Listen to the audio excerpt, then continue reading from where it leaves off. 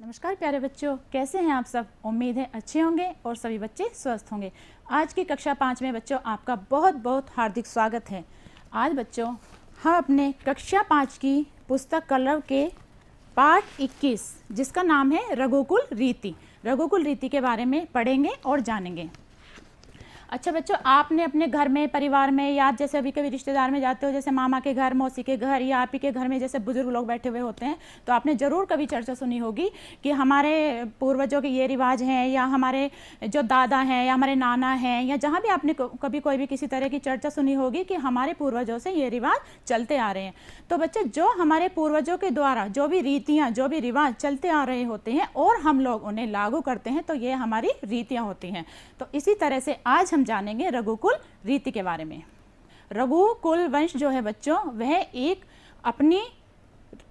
रीति थी उनकी, जो कि आज तक हमारी प्रसिद्ध है और चली आ रही है। वह रीति थी उनकी, रघुकुल रीति सदा चली आई, प्राण जाए पर वचन न जाए। रघुकुल रीति सदा चली आई, प्राण जाए पर वचन न जाए। बच्चों, रघुकुल रीति की यह प्रसिद्धि थी, यह उनके नियम थे कि चाहे उनके प्राण ही क्यों ना चले जाएं, लेकिन वह अपने कहे हुए वचनों से कभी पीछे नहीं हटते थे और अपने वचनों का पालन करते थे। तो इस पाठ में रघुकुल रीति के बारे में ही पूरा वर्णन किया हुआ है। बच्चों, राजा अज के पुत्र थे राजा दशरथ, और राजा दशरथ का राज्य था उस समय अयोध्या में। तो अयोध्या समय में राजा दशरथ का राज्य था। तो एक दिन बच्चों मंत्रणा चल रही थी।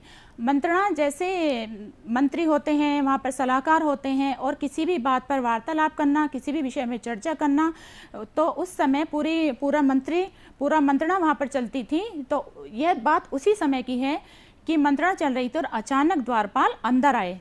द्वारपाल जैसे द्वार पर होते थे बच्चों, तो जो भी उन्हें सूचना देनी होती थी राजा को, या जो भी बात बतानी होती थी, तो वह तुरंत आते थे और उन्हें यह सूचना दी जाती थी। तो इसी तरह से जब राजा दशरथ की मंत्रणा चल रही थी, तो द्वारपाल जी आए और उन्हें बताया कि हे महाराज, द्वार पर महर्षि विश्वामित्र पधारे हैं। महर्षि विश्वामित्र बच्चों बहुत ही प्रतापी और बहुत ही ज्ञानी थे। वह वैदिक काल के योगी थे। महर्षि विश्वामित्र ने जब धर्म अपना ग्रहण किया था, उससे पहले वह बहुत ही पराक्रमी नरेश थे और प्रजावत्सल थे। तो बच्चों, महर्षि विश्वामित्र के आने की खबर सुनते ही, जैसे ही राजा दशरथ को पता चला कि द्वार पर महर्षि विश्वामित्र आए हैं, तो वह दौड़कर गए द्वार की तरफ और उन्होंने उनकी आगवानी की। आगवानी बच्चों, जैसे हमारे घर में मेहमान आते हैं तो हम जैसे उनका स्वागत करते हैं, तो इसी तरह से पहले जब कोई द्वार पे महर्षि, ऋषि मुनि आते थे, तो राजा स्वयं उठकर अपनी गद्दी से उनका स्वागत करने जाते थे, आगवानी करते थे। जो भी नियम होते थे उनके आगवानी के, जैसे जल से उनके चरण धोना या जिस भी तरह जो भी उस समय के नियम थे, तो वह उन्हें आगवानी उनकी करके तब उन्हें अंदर लाते थे और उनका स्वागत करते थे। जब राजा दशरथ के पास महर्षि विश्वामित्र आ गए, तो उन दोनों की वार्तालाप हुई, बात हुई। तो राजा दशरथ बोले महर्षि विश्वामित्र से कि बताइए मुनिवर, मैं आपकी क्या सेवा कर सकता हूँ, मैं आपकी क्या मदद कर सकता हूँ, जो आप आज यहाँ पधारे हैं।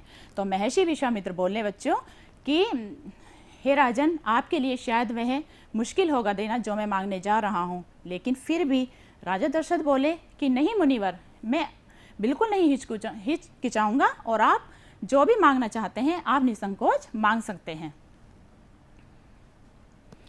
तो महर्षि विश्वामित्र ने बताया राजा दशरथ को, मैं एक यज्ञ कर रहा हूँ। यज्ञ बच्चों, ये जो आप चित्र देख रहे हैं, यह यज्ञ का चित्र है।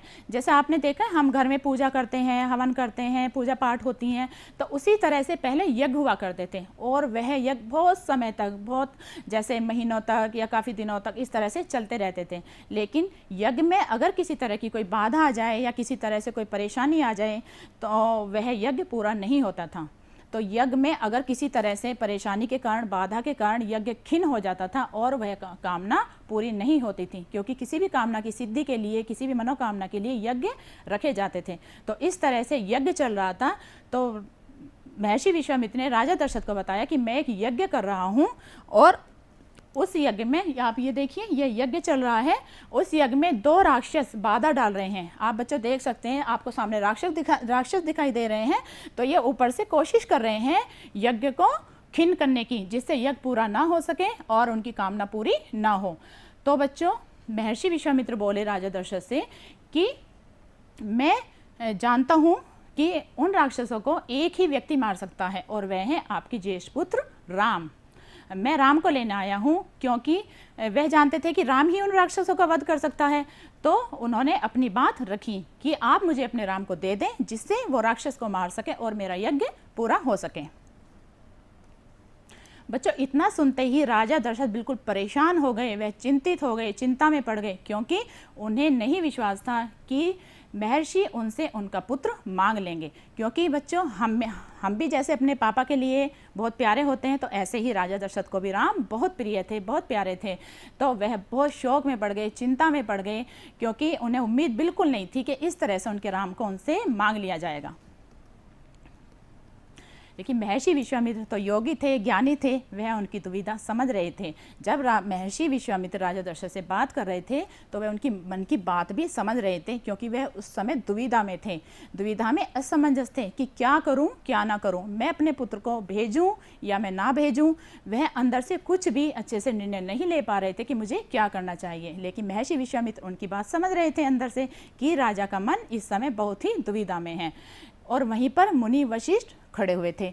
मुनि वशिष्ठ हैं बच्चों, ये जो हम चित्र देख रहे हैं, ये मुनि वशिष्ठ जी का चित्र है। मुनि वशिष्ठ भी बहुत हमारे सप्त ऋषियों में से एक ऋषि थे, जिन्हें सूर्य के द्वारा प्राप्त सत्य का ज्ञान था। तो उस समय जब दोनों के बीच में बात चल रही थी, महर्षि विश्वामित्र के बीच में और राजा दशरथ के बीच में, तो मुनि वशिष्ठ भी वहाँ पर चुपचाप खड़े होकर उनकी वार्तालाप सुन रहे थे। और जो मंत्रीगण थे वह भी उनकी वार्तालाप सुन रहे थे। लेकिन दोनों के बीच में बोलना किसी को उचित नहीं लगा, क्योंकि जब दोनों की बात चल रही थी तो किसी को ये था कि भाई अगर हम बीच में बोलने का, ये उचित नहीं है इनके बीच में बोलना। तो सभी चकित थे और सभी परेशान थे और चुपचाप सभी उनकी बातें, उनका वार्तालाप सुन रहे थे। और बच्चों, राजा दशरथ जब अंदर से उन्हें भय, डर, वो कांप गए, उन्हें एकदम अंदर से बहुत बड़ा दुख पहुंचा कि अगर उनके पुत्र उनसे अलग हो गए तो मैं नहीं रह पाऊंगा, मैं राम के बिना नहीं जी पाऊंगा। और राजा दशरथ बच्चों बेहोश हो गए। वह बहुत अंदर से टूट चुके थे, क्योंकि वह कुछ भी नहीं निर्णय ले पा रहे थे और राम को भी अलग नहीं करना चाहते थे, अपने से अलग। तो बच्चों, उस समय मुनि वशिष्ठ भी वहाँ पर थे और कोई कुछ समझ नहीं पा रहा था। सबको ये था कि पता नहीं क्या होगा और राजा दशरथ क्या निर्णय लेंगे। और अंदर से राजा दशरथ खुद परेशान थे। जैसे ही थोड़ा सा उन्हें होश आया, कुछ ही मिनटों बाद, कुछ ही देर बाद, लेकिन फिर से वह दोबारा से बेहोश हो गए, क्योंकि वह कुछ भी नहीं समझ पा रहे थे कि मुझे क्या निर्णय लेना है, क्या मुझे अब महर्षि विश्वामित्र को बोलना है। तो वह खुद ही बेहोश होकर गिर गए। थोड़ी देर बाद जब उन्हें होश आया तो उन्होंने जैसे तैसे अपने आप को संभाला। अपने आप को संभालते हुए वह महर्षि विश्वामित्र से बोले कि हे मुनिवर, मेरा पुत्र तो अभी 16 वर्ष का ही है, यह राक्षसों का छल कपट कैसे समझेगा। क्योंकि बच्चे जो राक्षस होते हैं वह बहुत छली होते हैं, कपटी होते हैं। तो राजा दशरथ ने भी यही बोला कि वह बहुत बड़े हैं राक्षस, उनका मन छल कपट, पता नहीं उनके मन में क्या क्या है, और मेरा राम अभी 16 साल का है, तो वह उनका छल कपट नहीं समझ पाएगा। हे मुनिवर, मैं आपके साथ में अपनी सेना भेज दूंगा, मैं स्वयं चलूंगा, लेकिन मैं अपने राम को आपके साथ नहीं भेज सकता, क्योंकि मैं राम के बिना नहीं रह पाऊंगा। उन्होंने बहुत ही उसके साथ महर्षि विश्वामित्र के सामने अपनी बात रखी। जब महर्षि विश्वामित्र ने राजा दशरथ से यह उत्तर सुना तो महर्षि विश्वामित्र ने कोई प्रतिक्रिया व्यक्त नहीं की, कोई किसी तरह का उन्होंने जवाब नहीं दिया। वह चुपचाप खड़े रहे, क्योंकि वह जानते थे कि क्रोध करने से यज्ञ खिन हो जाएगा। क्योंकि बच्चों, यज्ञ के नियम होते हैं, यज्ञ के नियम थे जो यज्ञ करते हैं, अगर वह क्रोध करेंगे या किसी भी तरह का वो करेंगे जो नियम के विरुद्ध होगा तो उनका यज्ञ खिन हो सकता है। तो इसलिए महर्षि विश्वामित्र ने चुपचाप कोई प्रतिक्रिया नहीं की, बस इतना ही बोला कि राजा दशरथ, आप रघुकुल की रीति तोड़ रहे हैं, अगर आप मेरे साथ राम को नहीं भेजेंगे तो मैं यहाँ से खाली हाथ वापस लौट जाऊंगा।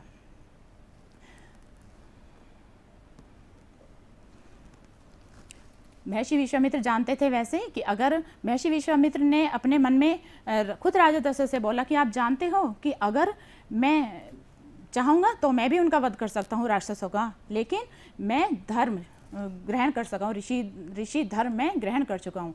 तभी बच्चों मुनि वशिष्ठ आए। जब देखा राजा दशरथ और महर्षि विश्वामित्र के बीच में वार्तालाप बिगड़ती हुई है, उन्होंने स्थिति बिगड़ती हुई देखी, तो वह बोले कि रघुकुल रीति सदा चली आई, प्राण जाए पर वचन न जाए।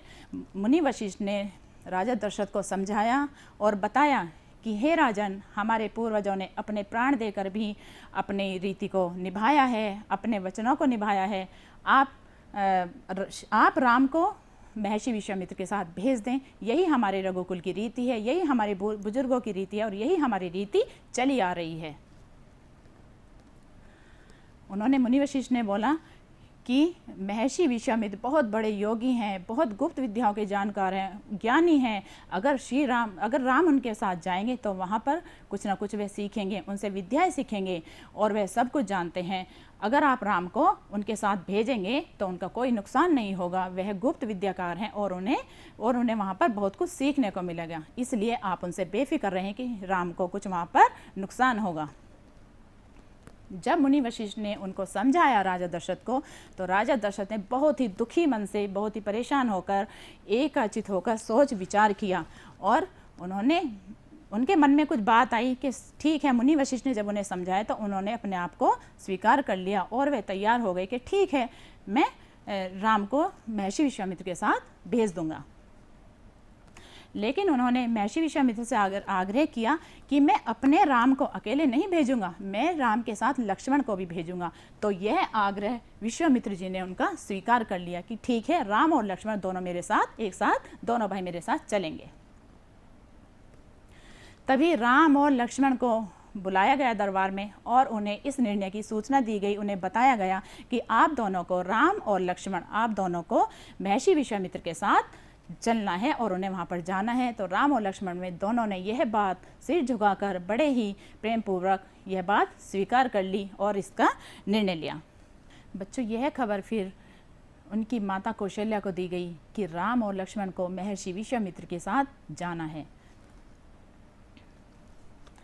तो बच्चों, सब ने बड़े दुखी मन से, राजा दशरथ ने, उनकी माता ने और सभी ने, मंत्रीगण जो भी वहाँ पर उपस्थित थे, सभी को बहुत गंभीर माहौल हुआ, क्योंकि उन्हें अपने रीति का, अपने नियमों का, अपने वचनों का पालन भी करना था और राम जो थे, राम उनके बहुत प्रिय थे, तो वे उन्हें भेजना भी नहीं चाहते थे। लेकिन उन्होंने अपने वचनों का पालन करते हुए पूरे गंभीर माहौल में उन्हें बहुत ही गंभीर माहौल होते हुए उन्हें वहाँ से उन्होंने विदा किया। शंख ध्वनि की गई और उनका स्वस्तिवाचन किया गया, मंगल पाठ किए गए और राम और लक्ष्मण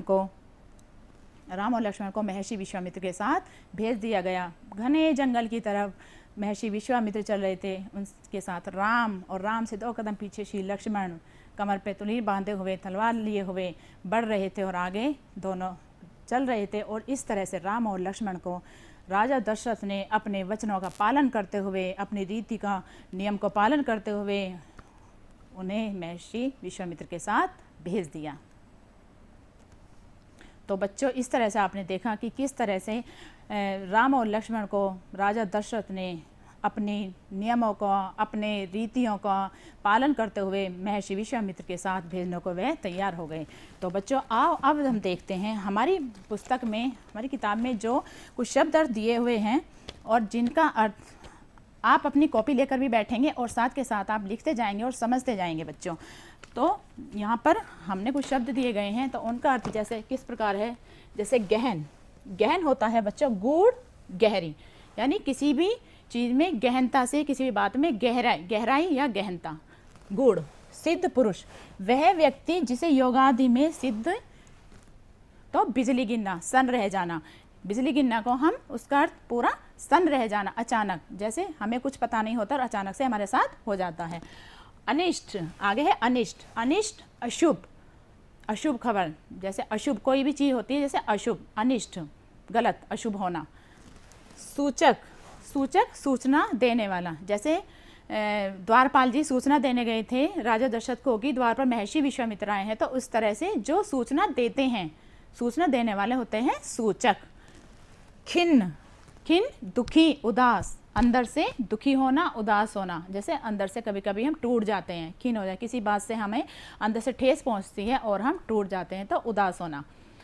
आग्रह, आगे है आग्रह, आग्रह हठपूर्वक प्रार्थना करना, अर्थात हम अपनी बात रखने के लिए जैसे हठपूर्वक यानी जिद करते हैं हम और हम प्रार्थना करते हैं कि हमारी ये बात मन जाए, तो आग्रह, आग्रह करना यानी हमें हठपूर्वक यानी हमें अपनी पूरी बात रखनी, प्रार्थना करना। स्वस्ति वाचन, स्वस्ति वाचन होता है बच्चों मंगल पाठ, जैसे राम को जब दशरथ ने महर्षि विश्वामित्र के साथ भेजा तो स्वस्ति वाचन मंगल पाठ, जैसे पूजा पाठ या जैसे ढोल नगाड़े बजना और जो भी उनके नियम होते हैं मंगल पाठ के, तो स्वस्ति वाचन होता है मंगल पाठ। आगे तत्पर, तत्पर तैयार होना, कि तुरंत हम किसी चीज़ के लिए जैसे तैयार हो जाते हैं करने के लिए, तत्पर हम तुरंत तैयार हो गए।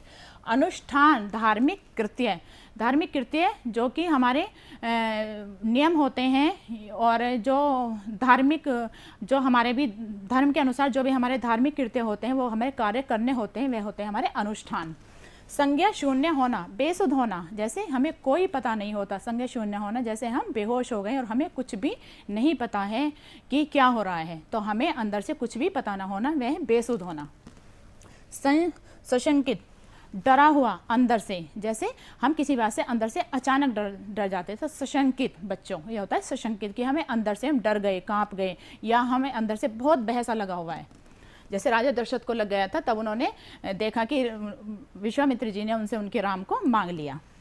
खंडित, अपूर्ण, जैसे यज्ञ, दो राक्षस यज्ञ को खंडित करने की कोशिश कर रहे थे, तो इस तरह से अपूर्ण यानी वो चीज़ भी पूरी नहीं होती, खंडित बीच में टूटना, खंडित हो गई यानी वो टूट गई, अपूर्ण पूरी नहीं हुई, वो अपूर्ण है।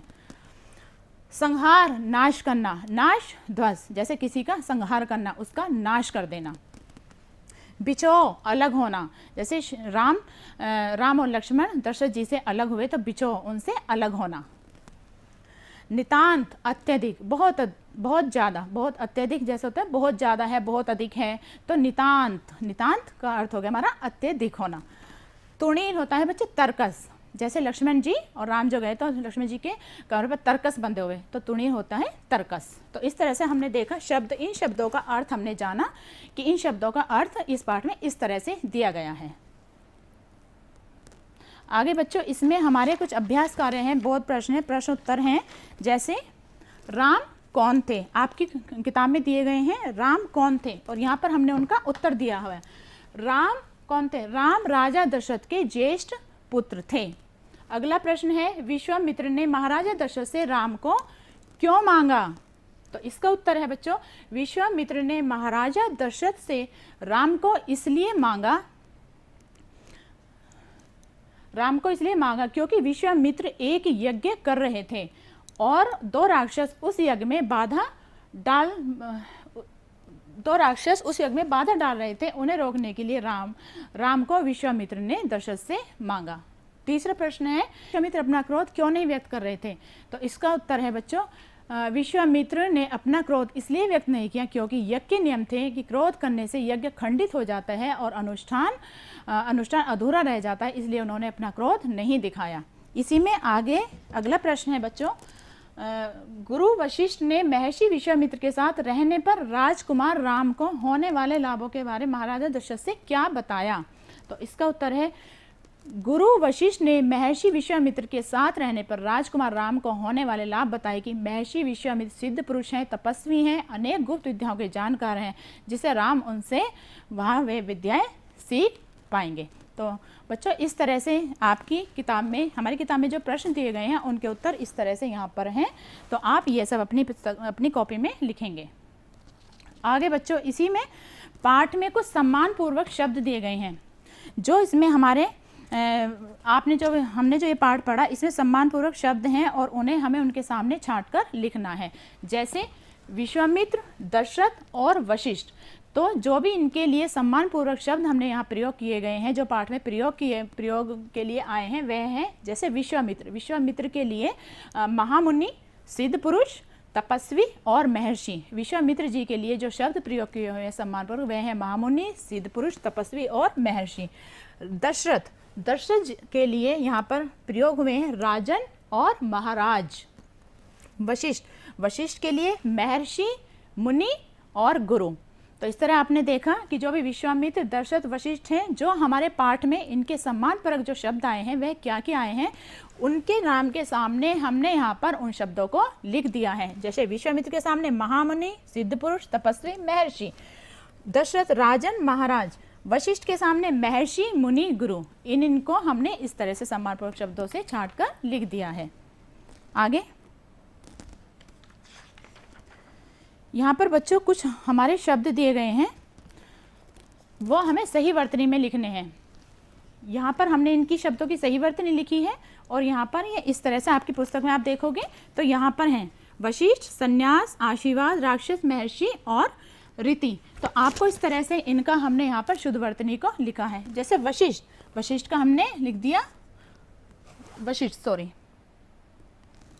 वशिष्ठ का वशिष्ठ, संन्यास, संन्यास को संन्यास, आशीर्वाद, आशीर्वाद, राक्षस, राक्षस, महर्षि, महर्षि, रीति, रीति। तो इस तरह से जो जो शब्द हमने यहाँ पर सही वर्तनी में उन्हें यहाँ पर लिखा गया है। यहाँ पर बच्चों कुछ शब्दों के एक जैसे अर्थ दिए गए हैं, बोलने में एक जैसे शब्द हैं लेकिन उनके अर्थ अलग अलग हैं। ये आप देखोगे आपकी पुस्तक में है। जैसे कुल और कूल, ग्रह और ग्रह, तो बोलने में आपने देखा एक जैसे लग रहे हैं, ग्रह एक जैसे और कुल भी एक जैसे, लेकिन इनके अर्थ हमारे अलग अलग हैं। तो आइए देखते हैं अब हम इनके अर्थों को। जैसे कुल, कुल वंश, जो भी हमने पाठ पढ़ा उसमें जैसे रघुकुल, रघुकुल, रघु का वंश, ठीक है। तो कुल को हमने यहाँ पर, कुल को जो यहाँ पर प्रयोग किया है शब्द को, वह उनका वंश। और आगे कूल, कूल किनारा, जैसे नदी, आपने कहीं नदी तालाब देखा हो तो उसका किनारा होता है, वह उनका वह नदी का किनारा। ग्रह, घर, आप जैसे कभी देखो आपके घर होते हैं तो ग्रह, ग्रह को हम घर बोलते हैं। और ग्रह आकाशीय पिंड, जैसे पृथ्वी, मंगल, सोम, बुध, इस तरह से हमने इनको प्रयोग किया है। कुल, श्री राम अपने कुल के दीपक थे। कूल किनारा, नदी के कूल पर पक्षी आराम करते हैं। ग्रह, कल मेरी सहेली मीना के यहाँ गृह प्रवेश का उत्सव था। ग्रह आकाशीय पिंड, हमारे सौर मंडल में अब 8 ग्रह हैं। तो इस तरह से आपने देखा कि हमने इन शब्दों को अलग अलग किस तरह से प्रयोग करके समझा कि इन शब्दों के अर्थ किस तरह से अलग अलग हैं। तो बच्चों आप सबने, हम सबने आज मिलकर यही पढ़ा कि रघुकुल रीति के बारे में जाना, समझा और यह सीखा कि किस तरह से हमें अपनी रीति का पालन करना है। और आपने देखा भी कि रघुकुल राजा दशरथ ने किस तरह से अपनी रघुकुल रीति का पालन किया। तो आपने, आज हमने और आपने यही जाना कि रघुकुल रीति के बारे में कि किस तरह से रघुकुल की रीत थी कि रघुकुल रीत सदा चली आए, प्राण जाए पर वचन न जाए। धन्यवाद बच्चों।